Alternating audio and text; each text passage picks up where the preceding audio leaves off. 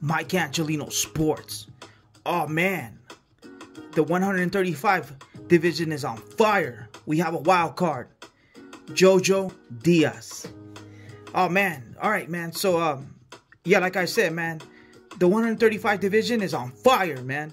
JoJo Diaz dared to be great. He's a 130 pounder, and he dared to be great, man. He moved up in weight to 135 to fight Fortuna, man. Only the greats do that, man. Floyd Mayweather, he moved up from 135 to 140 to face Castillo, the champion, at 140 without even taking other fights. Roberto Duran versus Sugar Ray Leonard. I'm not exactly 100%, but I think Duran he jumped up from 135 or 140 and he jumped up to 147 to face Sugar Ray Leonard, the champion, at 147. That's when you dare to be great, man. And then sometimes you dare to be great and you don't get it. Amir Khan dared to be great and he fought Canelo 154 and got knocked out cold. So, hey man, you gotta respect it. And JoJo Diaz dared to be great. All right, so this is how the story unfolds. Ryan Garcia was gonna fight Javier Fortuna, a Dominican fighter. He's pretty good, man. And he pulled out because he was going through mental problems. Something happened, and he was going through personal problems, and he pulled out the fight. So everybody's like, what? And I don't know, I believe they had a date or something, or they didn't have a fighter. So JoJo Diaz, 130 pounder, so he told Oscar, I want the fight, man, because he was a golden boy. I want the fight. So Oscar gave him the fight, and he fought Fortuna. Great fight, man. It was a back and forth fight. JoJo Diaz, man, he displayed good defense. He got cut. But still, man, they didn't take him off his game. He had a good jab. He was investing to the body and putting pressure. He was slick, man. Southpaw slick, man. Kind of look a little like Lomachenko, but, you know, they compared him before to Lomachenko, but he's not Lomachenko, but he looked good, man. The kid looked good. He wasn't making weight. He missed weight a couple times. In the lower divisions, he outgrew his body, man. The kid is getting older. I don't know how old he is. He looks like he's in his late 20s, 25, 26, 27. I don't know, but he's you can see the maturation in him. He has a family, he has a kid, and he's rough and rugged, man. He doesn't care who's the A side, who's this, who comes in the ring first. He wants to scrap, dog, and that's what I like. He's a dog.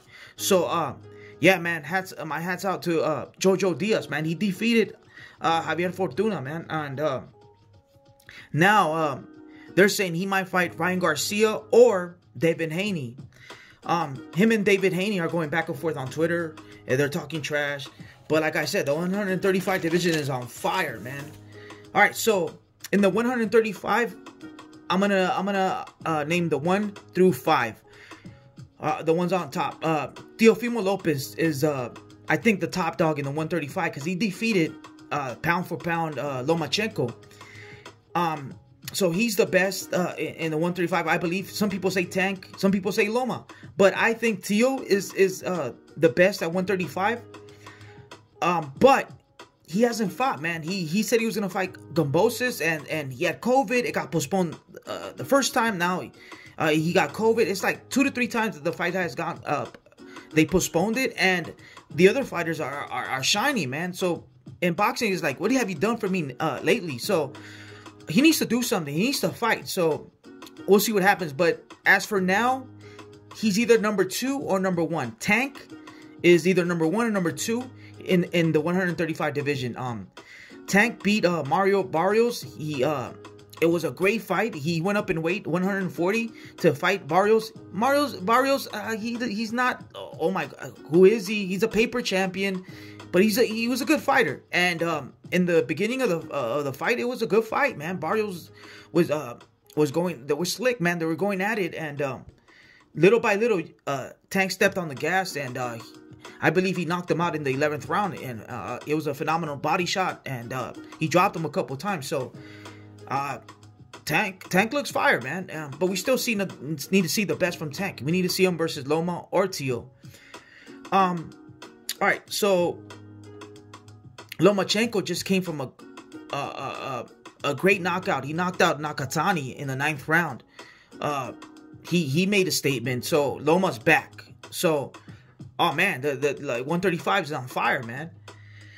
And then we have Ryan Garcia, number 4. or number 5. And then we have David Haney, number 4, number 5. Ryan Garcia, he had a great win versus Luke Campbell. He faced adversity, got dropped, got up, and he knocked out Campbell. And I love when fighters do that. When they face adversity, they get dropped and they get back up and they win the fight. Not only did he get up and win the fight, he knocked him out with a vicious body shot. So I give the kid props, but he's on Instagram. He's with the Paul brothers. It's just like, hey man, are you a social media star or you're a boxing star? Because in boxing, man, you got to respect the game, because the game will disrespect you. This is boxing, man. I have another saying, man. Either you're a hood rat or a gym rat. Canelo is a gym rat. You know what I mean? You're not at the bars. You're not doing coke. You're not. That's a hood rat, man. You got to be a gym rat. You got to be like Floyd Mayweather and Bernard Hopkins and Canelo. Stay in the gym, man. Stay in the gym. Stay in shape 24/7. That's a gym rat, not a hood rat. But yeah, and then we have David Haney. He has no power. He has skills, but he still makes mistakes. He fought Jorge Linares, El Niño de Oro, and he beat him in a unanimous decision. But if you read the on paper, oh yeah, he dominated him. Oh this, but if you saw the fight, man, he almost got knocked out by the grandpa, by the old man. They say that the last thing a fighter loses is his power. An older fighter loses is his power, and Linares, the grandpa, the old man, still has the power. And Devin Haney almost got knocked out, man, in the 8th, I believe, 9th. And then he was on Queer Street, or he had spaghetti legs. He was drunk, and he survived, man. So he showed some grit, I guess. He was holding. So he survived, and that was a great experience. He faced adversity. He won the fight because I believe the investments. He won the early rounds, the 1 through 8, and then maybe he won the 10th, I believe, or something. And then he was holding, he was surviving, and he looked bad at the end. But he pulled it off, and he got the win. And that's a learning experience. So we're going to see how he looks next fight.